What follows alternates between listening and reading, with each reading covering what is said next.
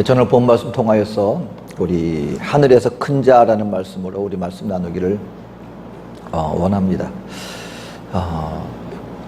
누구나가 다 큰 자가 되기를 원합니다. 기왕이면 최고가 되기를 원합니다. 그 가운데서도 우리 대한민국은 아마 그 어떤 이렇게 이기고자 하는, 최고가 되고자 하는 그런 열망이 아마 어떤 민족보다 좀 남다르지 않는가. 그 사회에서 보면은 우리 운동 경기에서도 보면은 또 다른 나라에서는 좀 보기 힘든 그런 어떤 모습들이 연출이 됩니다. 뭐냐면 여러분 사실 올림픽 같은 데 나가서 메달을 따는 것 자체가 굉장히 이게 영광스러운 거거든요. 최고의 사람들이 모여서 겨루는데 그 가운데서 그래도 최소한 1등, 2등, 3등을 한다는 것이 이게 얼마나 대단한 일입니까? 근데 한 가지 좀 독특한 것은 우리 대한민국은요, 금메달 따면 막 눈물을 흘리면서 좋아해요. 근데 은메달을 따면 약간 그렇게 좀 뭔가 기뻐하기보다는 좀 아쉬워해요. 근데 다른 나라 선수들을 보면은요, 동메달을 땄는데도 막 그냥 벌쩍벌쩍 뛰고 그냥 좋아합니다. 가만 보면은 사회에서 왜 코미디에서 왜 그런 얘기가 유행했었던 적이 있었죠. 1등만 알아주는 사회. 1등만 알아주는 사회. 그럼 최고가 되면 좋죠. 모두가 최고가 되면 좋죠. 근데 문제는 뭐예요? 1등은 한 명밖에 없어요.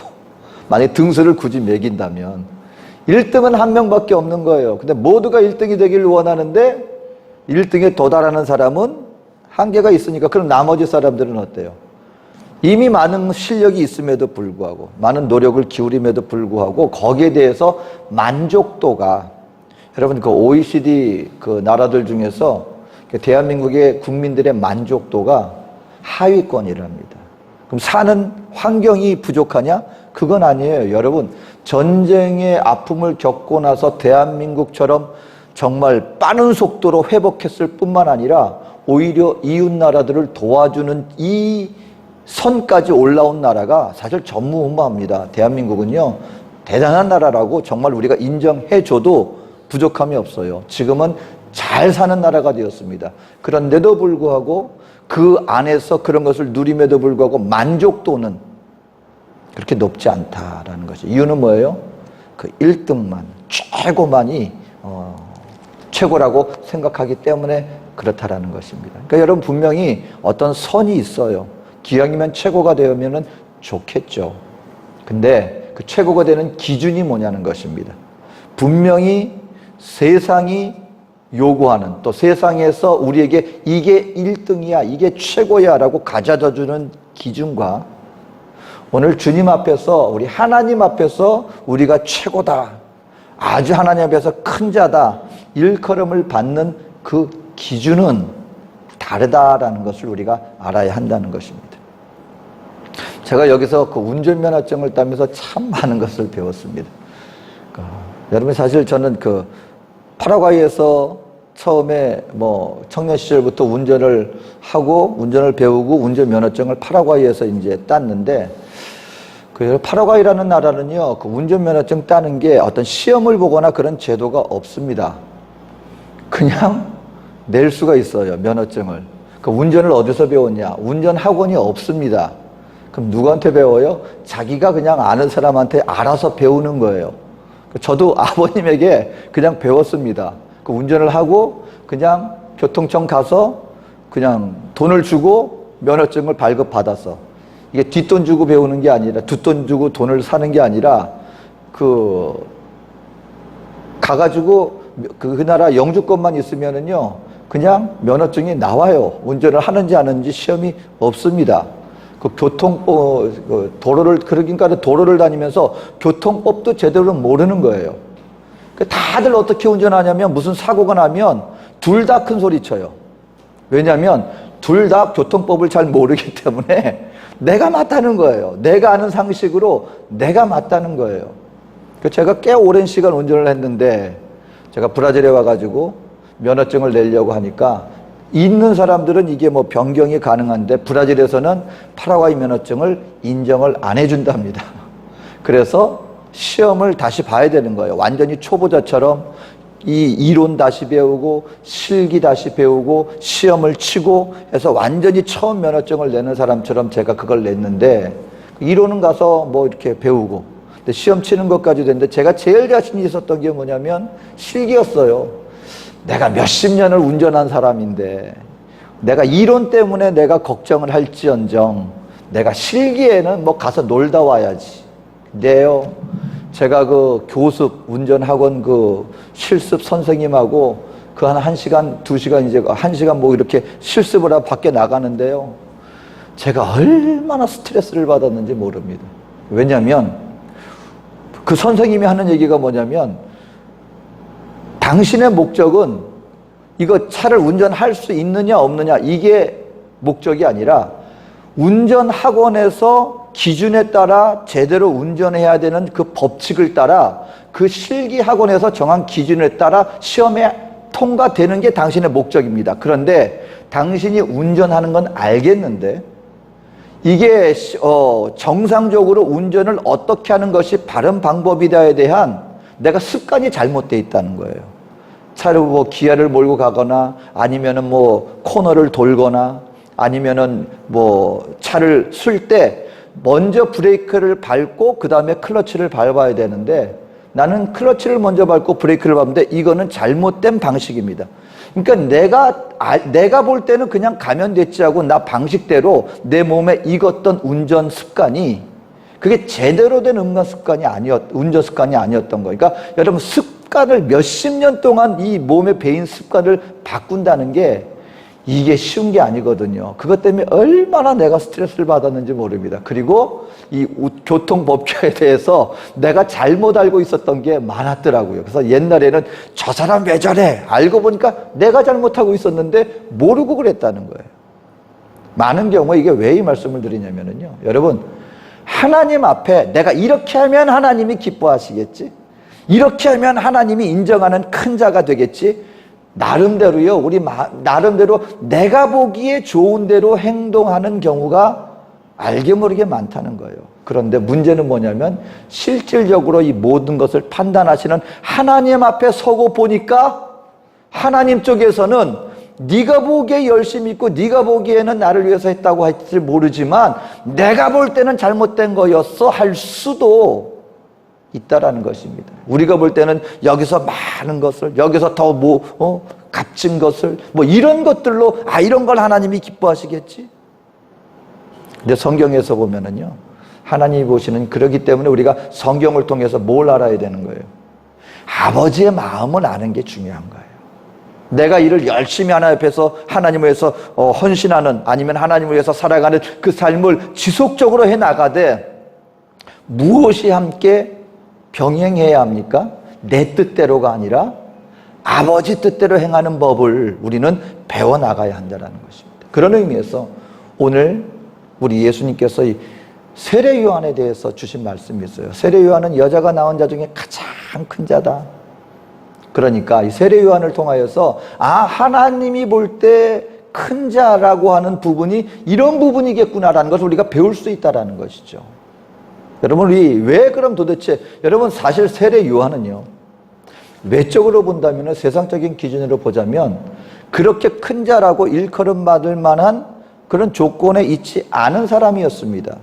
도심지에서 사람들 앞에 많은 어떤 일을 행한 것이 아니라 저 멀리 광야에서, 그것도 약대토록 가죽 옷을 입고 메뚜기와 석청을 먹으면서 광야에서 그 회개의 목소리를 외쳤던, 그러니까 외적으로 볼 때 그렇게 우리가 볼 때 저걸 따라 해야 돼? 라고 이렇게 품을 정도로 그렇게 외적으로 세상적인 기준으로 볼 때는 내놓을 게 없는 사람이었는데 예수님께서는 분명히 인정했거든요. 여자에게서 난 사람 중에 이렇게 큰 자가 없다. 그가 가장 큰 자다.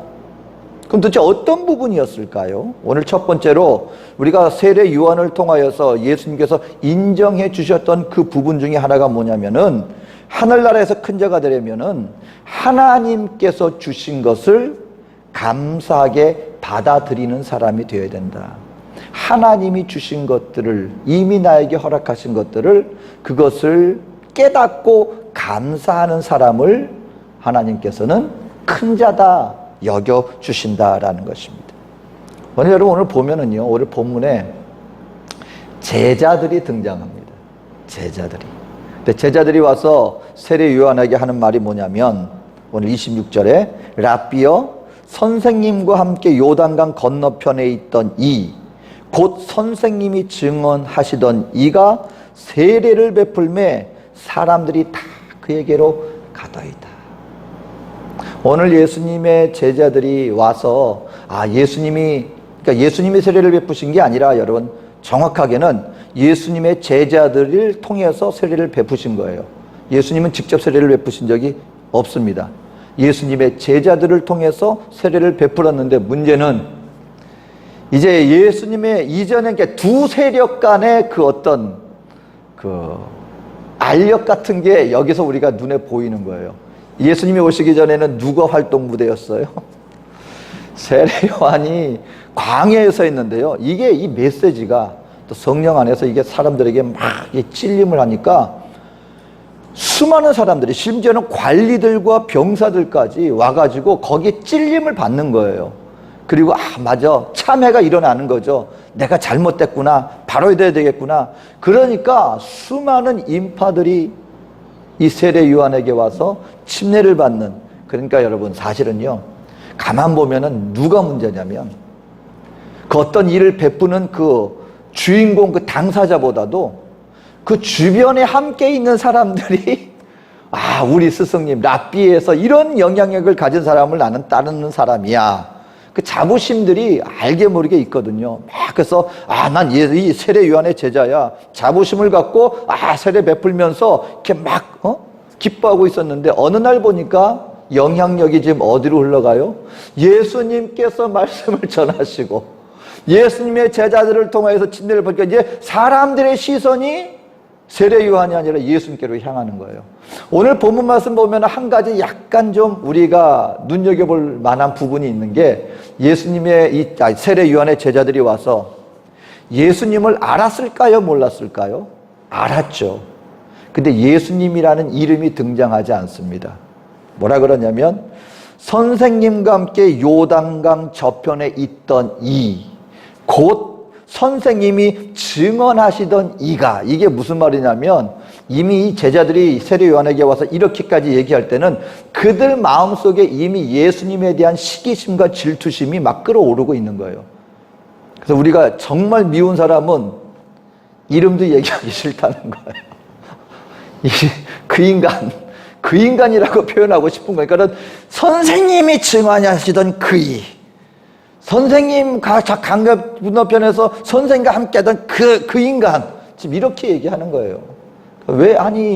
그 사람한테 세력이 몰아가는데 선생님 우리 뭐 해야 되지 않겠어요? 그래야 이 우리에게 지금 함께하고 이 영향력이 줄어들지 않겠습니까? 뭐 해야죠? 이 세력 간의 그게 일어나고 있는 거예요. 근데 여러분, 우리 신앙생활에 나갈 때요, 우리 마음에 갑자기 풍랑을 일으키는 거는요, 하나님 앞에서 내가 신앙생활 잘하다가 문득 뭐가 이렇게 보이고 그걸 하기보다는 주변에 있는 누군가가 자꾸 부추기는 경우가 많아요. 신앙생활 잘하고 있는데 말 한마디로 갑자기 막 비교하는, 누구는 어떻다는데, 누구는 저렇더래, 너는 뭐하냐, 이런. 신앙생활 잘하고 있는데 갑자기 나를 부추기는데 그 말이 우리로 하여금 때로는 뭘 일으켜요? 잔잔한 호숫가에 풍랑을 일으키는 경우가 사실은 대부분입니다. 많은 경우가 우리 주변에 영향을 받기 때문에 우리 평강을 잃어버리는, 길을 잃어버리는 경우가 사실 많아요. 여러분 가만 생각해 보세요. 이 구약의 사울 왕이요, 그 어떤 성경에 나오는 그 어떤 시점이 있거든요. 그 마음이 다윗에게서 갑자기 막 질투심을 유발하게 된 그 어떤 시작이요, 그 이스라엘 주민 여인들의 노래에서 시작됐어요. 사울이 죽인 자는 천천히요, 다윗이 죽인 자는 만만이다. 참 지혜가 없었어요. 똑같이 하든가. 그래도 왕인데, 아무리 다윗이 훌륭한 승리를 가져다 준 그런 어떤 위대한 승리의 장군이라 할지라도 그래도 왕인데, 왕이 있는데 사울이 천천을 죽였는데 다윗도 천천을 죽이네. 이 정도만 해도 그래도 사울이 좀 참았을 거예요. 그런데 사울왕은 1000명을 물리쳤는데 우리 다윗 장군은 10,000명을 물리쳤네요. 성경에 보면은요, 그때부터 사울이 다윗을 주목하기 시작했다 그랬어요. 주목하기 시작했다.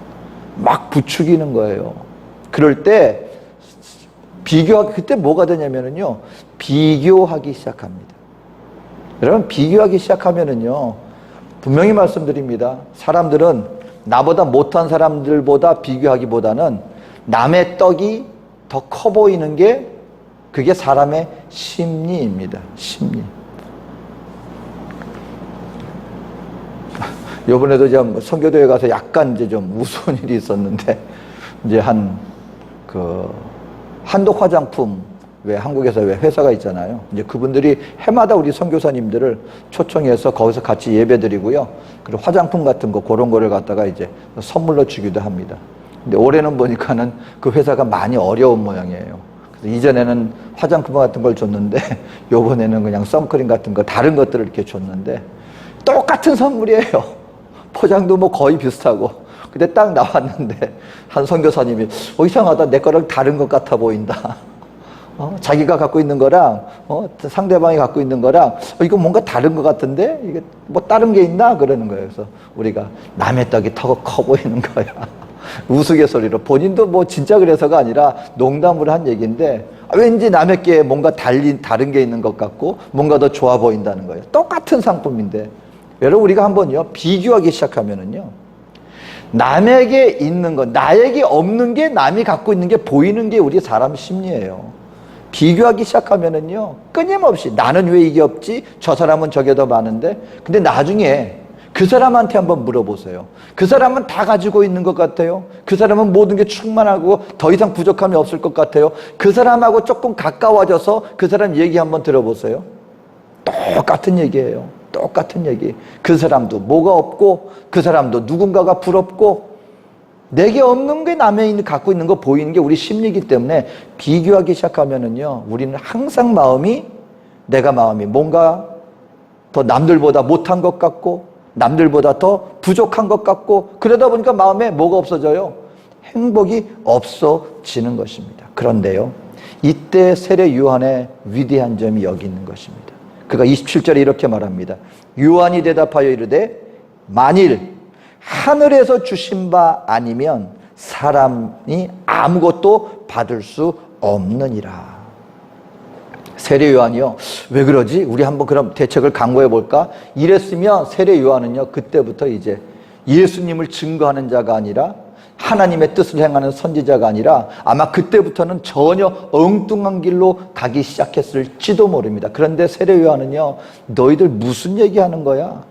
이 모든 것들이 다 하나님이 우리에게 주신 것들이기 때문에 가능했던 것처럼 오늘 그 예수님의 제자들과 함께하는 이 모든 것들, 그리고 그 사람들의 시선이 예수님께로 향하이는 이 모든 것들은 다 하나님이 하시는 일인데 뭘 그렇게 그걸 가지고 그렇게 호들갑을 떠느냐라고 말하면서 오히려 제자들을 바로잡아주는 바로 그러한 모습들입니다. 여러분, 우리 하나님의 백성들이요, 하나님 앞에 큰 자가 되어지는 것, 하나님께서 우리가 할 수 없는 것, 아니면 남들보다 더 많은 걸 해야지, 그게 아니라 하나님 앞에서 진정한 큰 자가 되어지는 것은 이미 하나님이 나에게 주신 것들, 바로 그것을 인정하고, 하나님, 오늘 나의 나된 것이 다 하나님의 허락 때문에 되어진 것이고, 그리고 하나님이 이미 나에게 모든 것 주신 것, 그리고 나에게 이루어지는 이 모든 삶의 방향과 이 모든 것들은 하나님 뜻 안에서 이루어지는 것임을 알기에 나는 주님 앞에 항상 감사합니다. 이 마음 자세를 가지고 살아갈 때 하나님께서 그걸 보시고 너야말로 진정 이 땅 가운데서 지금 어떠한 위치에서 이 땅의 진정한 주인이 누구이며 어떻게 이 삶이 이루어지는가를 알고 살아가고 있구나라고 인정하시며, 바로 그러한 자를 하나님은 귀하게 여겨주신다는 것입니다. 크게 여겨주신다라고 하는 것입니다. 사도 바울도 보면은요, 고린도전서 4장 7절에 이렇게 말합니다. 누가 너를 남달리 구별하였느냐? 내게 있는 것 중에 받지 아니한 것이 무엇이냐? 내가 받았은즉 어찌하여 받지 아니한 것 같이 자랑하느냐? 오늘 이것은 뭐냐면요, 교회 안에서도 여러분도 고린도 교회 나중에 이게 한번 이걸 서신을 잘 읽어보면은요, 여러분 이게 교회 문제가 초대교회는 아무 문제 없이 완전한 교회 같죠? 그 안에 이루어지는 일들을 보면은요, 이게 사람의 속성은 변하지 않는 거예요. 모양만 다를 뿐이지. 그 안에 보면은 예를 들어서 뭐 성찬을 할 때, 그때는 성찬이 여러분 이게 음식 식사 시간이에요. 우리 요즘에 왜 하나의 의식으로 행하지만, 그때 성찬은 뭐였냐면은요, 한마디로 예배 끝나고 서로 함께 음식을 같이 먹는 거였어요. 떡을 떼는 거였어요. 근데 문제가 생겼습니다. 뭐냐면 음식을 가져올 형편이 안 되는 사람들은, 그러니까 자기 음식 자기가 갖고 와서 자기가 먹는 거예요. 근데 어떤 사람은, 부유한 사람은 음식을 많이 갖고 오잖아요. 부유하니까. 근데 어떤 사람들은 끼니 걱정하기 힘든 사람들도 있단 말이에요. 그래서 구제가 굉장히 중요했거든요. 그때 당시엔 음식을 못 갖고 오는 거예요. 그러면 그 은혜 받은 초여덟 교회를 우리는 어떤 상상을 하겠습니까? 우리 모두 함께 옵시다. 그리고 내가 당신들을 위해서 준비해서 우리 함께 이 성찬의 떡을 나눕시다. 이게 우리가 생각하는 이상적인 모습 아닙니까? 근데 어떻게 됐냐면은, 가지고 오지 못한 사람들은 당신들은 음식 갖고 오지 못했으니까 나가. 그리고 음식 많이 갖고 온 사람들은 우리끼리 먹고 마시자. 이게 초대교회에서도 벌어지고 있었기 때문에 사도 바울이 그걸 지적하는 내용도 나옵니다. 많이 가지고 온 사람들은 못 가져온 사람 멸시하지 말고. 근데 오늘 이 얘기는 뭐냐면 바로 그런 사람들을 위해서 사도 바울이 말하는 거예요. 너희가 많은 것을 가지고 누리고 있지만 그게 너희 게 아니지 않느냐? 하나님이 너희에게 주셨기 때문에 너희가 받은 것 아니냐? 그런데 어찌하여 마치 하나님께 받은 게 아니라 너희 스스로 가지고 너희가 성취한 것처럼 받지 아니한 자처럼 행하느냐? 여러분 기억하십시오. 오늘 저와 여러분들이 이 땅에서 누리고 있는 모든 것들은 우리 스스로가, 내 스스로가 쟁취한 것이 아니라 하나님이 주신 것이다 라는 이 마음 자세를 잃지 말아라 라고 얘기를 하는 것입니다. 오늘 세례요한도 마찬가지입니다. 내 영향력이라고 생각한 게 아니에요. 하나님이 허락하셨기 때문에 내 사역을 통하여 이와 같은 이들에게 하나님의 말씀이 들어간 것이고, 오늘 그 어떤 이유로 말미암아 이 무리들이 예수님께로 향한다면 그건 역시 하나님 뜻 가운데 이루어지는 것이니 내가 그것을 인하여서 아쉬워할 하나의 이유가 없는 거야. 다 하나님 뜻 안에서 이루어지는 거야. 세례 요한의 위대한 점을 하나님께서는 봐라, 이 자가 진짜 큰 자다 인정해 주셨다는 것입니다. 두 번째는요, 하나님의 큰 자가 되기 위해서는 내가 누구인지, 그리고 내가 맡은 역할이 뭔지. 여러분, 하나님의 사람들은 나 자신과 나에게 주신 하나님의 이 사명이 뭔지를 알아야 된다는 것입니다. 세례 요한의 가장 위대한 점 중에 하나, 나는 그리스도가 아니라. 수많은 사람들이요, 세례 요한에게 와서 당신이 그 성경에 말한 이사야의 엘리야의 심정을 가지고 이 땅에 온다 그랬는데 당신이 그 엘리야입니까? 하고 물어봤어요. 아니다. 그리고 또 말합니다. 나는 그리스도가 아니다. 나는 그를 준비하기 위해서 광야에서 그 얘기를 예비하는, 광야에서 외치는 소리다 라고 얘기를 했다는 것입니다. 이게 여러분 왜 이게 굉장히 중요하냐면요, 믿는 하나님의 백성들이 나의 본분을 잃어버리면 안 돼요. 가만 보세요. 소위 말하는 이단이라고 일컬어지는 수많은 종파가 생겨났는데 그 종파의 한마디로 교주들이요, 처음부터 완전히 이단으로 시작한 게 아니에요. 그 사람들은 처음엔 아주 신실하면서도 기도도 많이 하고 하나님 앞에서 영적인 은사를 많이 받은 무리였습니다. 기도를 얼마나 열심히 했는지, 정말 그 성령의 은사가 나타나서 병든 자도 고쳐지고, 그리고 참 말씀을 전하면 그 가운데 성령의 울림이 그 수많은 사람들에게 감동을 줬어요. 그런데 시간이 지나면서 어떤 일이 벌어집니까? 나는 그리스도가 아니요가 돼야 되는데 그리스도인가? 이게 되는 거예요. 내가 그리스도인가? 그러다가 어떻게 돼요? 나중에는 한 걸음 더 나갑니다. 나는 그리스도보다 더 나은 자라. 그래서 이란 교주가 되는 거예요. 여러분, 이 통일교회 문선명 교주가 하는 얘기가 뭡니까? 예수님은 실패한 선지자라는 거예요. 감히. 그리고 뭐라 그래요? 나는 그 실패한 사역을 완성하러 보낸 그 예수님보다 더 뛰어난 존재가 자기라는 거예요. 이렇게 되어지는 겁니다. 우리 하나님의 백성들이 뭘 조심해야 돼요? 내가 누군가? 나는 그리스도가 아닙니다. 나는 내 인생의 주인이 아닙니다. 저와 여러분들은 예수로 말미암아 구원받은 하나님의 백성입니다. 그리고 우리는 하나님께서 이 땅 가운데 하나님의 나라를 위하여서 맡겨주신 것을 관리하는 무엇이다? 청지기입니다. 나는 하나님이 주신 것을 잠깐 맡아 관리하는 청지기에 불과합니다. 이 마음 자세를 잃어버려서는 안 된다라는 것입니다. 오늘 그래서 여러분이 스펄전 설교자가 한 책에서 이런 말을 전해 주었습니다. 성공한 사람은 사회적 압력을 받게 되고 그래서 자기가 이룬 것들을 육신적 수단과 방법으로 움켜쥐기 쉬우며 또한 더 커지려는 욕심에 휘둘리기 쉽다. 성공은 내 머리를 돌게 할 수 있다.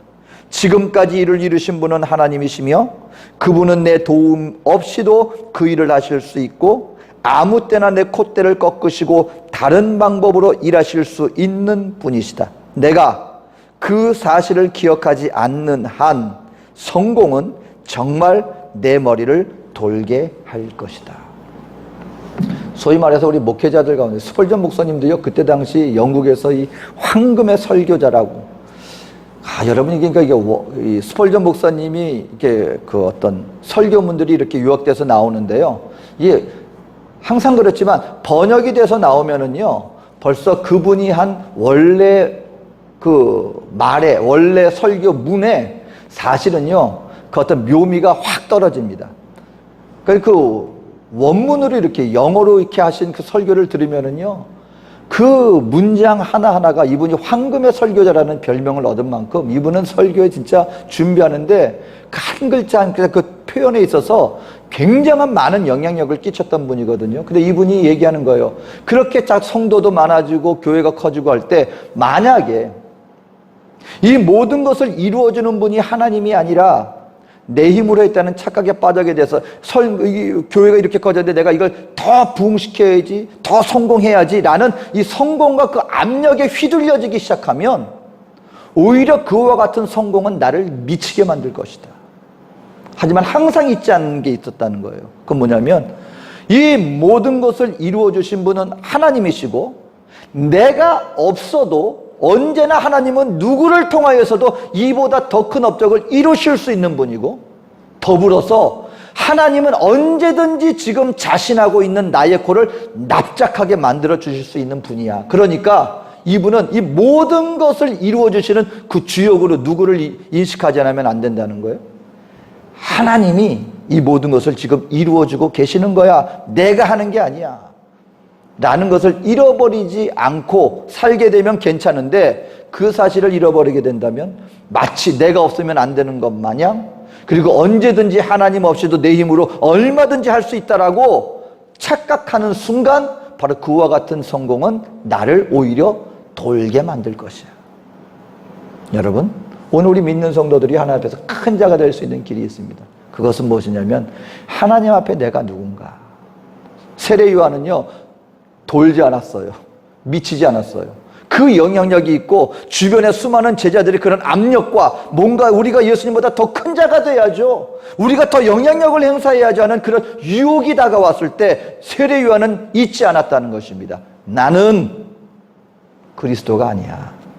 그리고 말합니다. 그는 그 유명한 말 흥하여야 하겠고 나는 쇠하여야 하리라. 하나님은요 이런 자를 반드시 하나님은 크게 쓰십니다. 바로 이런 자들이 하나님의 영향을 감당할 수 있는 사람이 되는 거예요.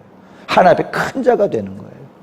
마지막으로 우리가 어떻게 하면 우리 하나님 앞에 큰 자가 될 수 있습니까? 우리의 시선이 그리스도에게 집중되어야 합니다. 그리스도에게 집중된 삶을 살아야 합니다. 많은 경우에 여러분 우리가 그 신앙생활에 나가면서 내가 겸손해야지 할 때 그 겸손의 그 정의를 어떻게 나냐면은 나를 아주 비하하는 것, 나를 낮추는 것, 낮아지는 건 맞는데 그걸 어떻게 생각하냐면은 무슨 말을 할 때 아주 나에게 집중돼서 나를 아주 그냥 낮추고 그걸 더 나가서 나를 아주 아무것도 쓸데가 없는 어떤 비하하는 그런 모양새를 겸손이라고 이렇게 생각하기 쉬운데, 엄격하게 말하는 것은요, 진정한 겸손은 뭐냐면은요, 시선이 나 중심적으로 되지 않고 하나님 중심으로 살아가는 게 이게 진짜 겸손입니다. 제가 한 가지 심리 중에서요, 사이코패스라 그러잖아요. 사이코패스들. 그 사람들의 특징이 하나 있답니다. 사이코패스 아니면 소시오패스. 그러니까 여러분, 사실은 사이코패스보다 더 조심해야 될 존재들이 소시오패스래요. 왜냐면 사이코패스는 우리가 일생 중에 한두 명 만날까, 거의 만나기 힘든 그런 지극히 특별한 유형의 사람이지만, 소시오패스들은요, 흔히 우리 주변에 존재하는 일이 소시오패스라는 거예요. 소위 말하는 가스라이팅 하는 사람들. 상대방을 갖다가 올거매는 어떤 그런 무리들을 소시오패스라고 하는데, 어쨌든 그런 류의 사람들이 가지고 있는 공통적인 특징 중에 하나가 뭐냐면은 지극히 극단적으로 자기중심적이라는 거예요. 모든 게 자기중심적으로 이렇게 돌아가는데, 그걸 알 수 있는 특징 중에 하나가 뭐냐면, 예를 들어서 형제들이 있는데 어머님이 막 갑자기 급하게 응급상황이 생겨서 응급실에 그냥 그걸 발견한 형제 중에 한 명이 그냥 병원에 응급실에 그냥 빨리 데려가 줬어요. 그래서 보니까 미처 형제들한테 연락을 하지 못한 게 기억이 나서 어머니 응급실에 보내고 어느 정도 일이 좀 진정이 된 다음에 전화를 하기 시작합니다. 어머님이 이렇게 됐어. 그러면은 여러분, 정상적인 사람이라면은요, 엄마가 우리 어머님이 갑자기 쓰러지셔서 응급실에 지금 와 있어. 그러면은 정상적인 사람들의 반응은 어떻습니까? 괜찮으셔? 왜 뭐 때문에? 이게 일반적인 사람의 반응이라는 거예요. 그런데 소시오패스 내지 사이코패스 기질을 가진 사람들은요, 그런 전화를 딱 누군가에게 받았을 때 어떻게 반응하냐면, 근데 너 왜 먼저 나한테 연락 안 했어? 이렇게 나온답니다. 그러니까 상대방에 대한 어떤 입장보다는 왜 근데 너 나한테 먼저 연락 안 했어? 그러니까 아주 극단적인 자기중심적인 그런 어떤 모습을 보인다라는 것입니다. 주로 굳이 그런 사람들이 아니라 할지라도요, 우리 신앙생활이나 우리 삶을 살아가다 보면은 우리는 자연적으로 누구 중심적으로 우리는 살아가고 있습니까? 온 우주가 누구를 중심으로 돌아요? 나 중심으로 돌 경향이 우리 모두에게 있다는 거예요.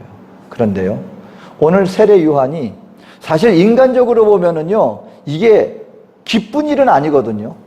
우리가 오늘날로 치자면은 교회가 있는데 열심히 하나님 앞에서 부흥시켜서 큰 대형 교회를 해놨는데, 예수님이 길 건너편에다가 교회를 세우셨는데 이 성도들하고 주변 사람들이 예수님한테 다 빠져나가는 거예요. 여러분, 이게 인간적으로 물론 그렇게 돼야 되는 게 당연해요.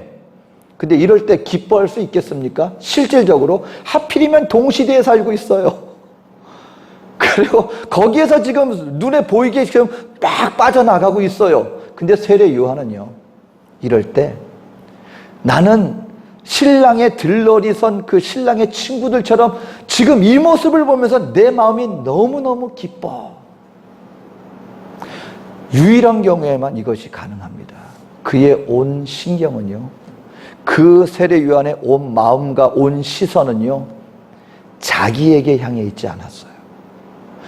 예수님에게 향해 있었어요. 그래서 내가 지금 어떤 것을 누리고 있는가? 나의 영향력이 줄어들 것인가? 이후에 내가 어떻게 될 것인가가 아니라 예수님에게만 바라보고 있는데 보니까 지금 예수님의 사역이 흥하고 있는 거예요. 하나님의 나라의 말씀이 먹혀 들어가고 있고 많은 사람들이 하나님의 진리를 받아들이고 있는 거기에만 모든 신경이 쓰여 있다 보니까 나는 죽고 그리스도만에 이것이 나타나지게 되는 거예요. 이게 언제 가능하다? 우리의 평소의 삶의 우리의 겸손은요, 내가 뭘 해야지, 내가 이렇게 행동하고 이런 말을 해야지, 그게 아니에요. 우리의 삶의 중심의 시선이 그리스도에게 향해 있으면은요, 자연적으로 나라는 사람은 나타나지지 않을 수밖에 없어요. 나에게 관심이 아니라 예수님에게 관심을 두고 살아가는 겁니다. 우리의 온 신경이. 그래서 어떤 목사님이 이걸 어디서 깨달았냐면, 젓가락질, 예수님이 어디에 젓가락질 하는가, 우리의 관심은 여기 가져야 합니다. 그게 무슨 얘기냐면요, 이 목사님이 신방을 다니는데, 신방 가서 어느 집인가 가가지고서는 별로 좋아하진 않지만 인사말로 좀 이렇게 음식을 해서 반찬을 이렇게 해서 넉넉하지 않은 집이었대요. 그래서 음식을 그래도 정성껏 이렇게 준비했길래 그 어떤 반찬을 먹으면서 야, 이거 정말 너무너무 맛있는데요, 막 그랬대요. 그때부터 이상한 일이 벌어지더랍니다. 다른 가정에 신방을 가는데 그 반찬이 자꾸 나오더래요. 이상하다. 알고 보니까 야, 목사님이 그 반찬 너무너무 좋아하시더라. 이게 소문이 나가지고 자기는 별로 그렇게 좋아하지 않고 그냥 인사말로 했는데, 그때보다 이상하게 가는 데마다 그게 나와서 이상하다 그랬다는 거예요. 알고 보니까 어떤 반찬을 좋아하시다더라 얘기가 나오니까 다른 집에서 이제 신방하고 음식 준비하면서 아, 목사님 이거 좋아하시니까 그걸 나오더라는 거예요. 그래서 이때 목사님이 한가 깨달은 게 뭐냐면, 예수님이 젓가락이 어디 가는가, 그러니까 그걸 얘기한 거예요. 예수님이 뭘 좋아하실까? 어떻게 하면 예수님이 더 기뻐하실까? 아, 우리의 신경이 바로 그 정도, 그렇게까지 우리가 한다면 정말 예수님 앞에서 우리가 신앙생활 잘할 수 있겠구나라는 걸 깨달았다는 것입니다. 오늘 세례 요한은요, 정말 우리가 본받을 만한 인물입니다. 비록 그 마지막 이 땅에서의 삶이 우리가 외적으로 볼 때 여러분 정말 세례 요한처럼 살고 싶습니까? 광야 나가서 가죽옷 입고 음식도 그냥 광야에서 그냥 그렇게 먹고 마지막은 어떻게 됐어요? 꼬마 여자의 말 한마디로 죽음당했어요. 여러분, 이게 우리가 본받을 만한 삶이라고 할 수 있겠습니까? 그 살로메라고 하는 꼬마 여자아이가 왕 앞에 춤추고 약속했죠? 또 엄마가 자꾸 자기에 대해서 안 좋은 얘기 하거든요. 세례 요한의 목을 갖다 바쳐라. 여러분, 꼬마 여자의 말 한마디로 그 인생이 맞춰지고 말았어요. 그런데 주님은요, 그의 삶을 통하여서 무엇 때문에 그랬습니까? 나에게 주신 것 감사합니다. 나는 내가 누군지 압니다. 예수님. 그리고 내가 뭘 해야 될지도 압니다. 그리고 나의 관심은요, 오직 예수님 중심으로 내가 주님이 흥하는 거 보는 게 나의 기쁨입니다. 이 마음 갖고 살았어요. 그랬더니 주님이 말씀하십니다. 여자에게서 난 자 중에 이보다 큰 자가 없도다. 여러분, 우리 인생 살아나가면서 오늘 나의 삶 속에서 내 자리 지키면서 주님께 감사하면서 사는 삶, 오늘 그렇게 될 때 주님은요 말씀하십니다. 큰 자다. 천국에서 큰 자라 일컬음을 받을 거야. 이 하나님의 기준에 맞춰서 여러분 주님 앞에 인정받는 하나님의 거룩한 백성, 기왕이면 충성된 자, 정말 너는 큰 자였어, 믿음 안에서 이 인정받으며 살아나가는 저와 여러분 되어주시기를 주의 이름으로 축원드립니다. 기도하겠습니다. 사랑과 은혜가 많으신 좋으신 하나님, 이 땅 살아나가면서 우리 나름대로 우리 주님 앞에 잘 해보고자 애를 쓰며 나갑니다. 하지만 무엇보다 나의 생각보다 우리 아버지의 마음을 깨달아라. 무엇이 하나님을 기쁘시게 할 것인가, 무엇이 하나님이 인정할 만한 일들인가를 잘 분별하여서 내 뜻대로가 아니라 주님 뜻 가운데 우리 하나님 앞에 섰을 때 결국 큰 자라 인정받을 수 있는 믿음의 삶을 살아나가는 우리 모두가 되게 하여 주시옵소서. 감사드리며 예수님의 이름으로 기도합니다. 아멘.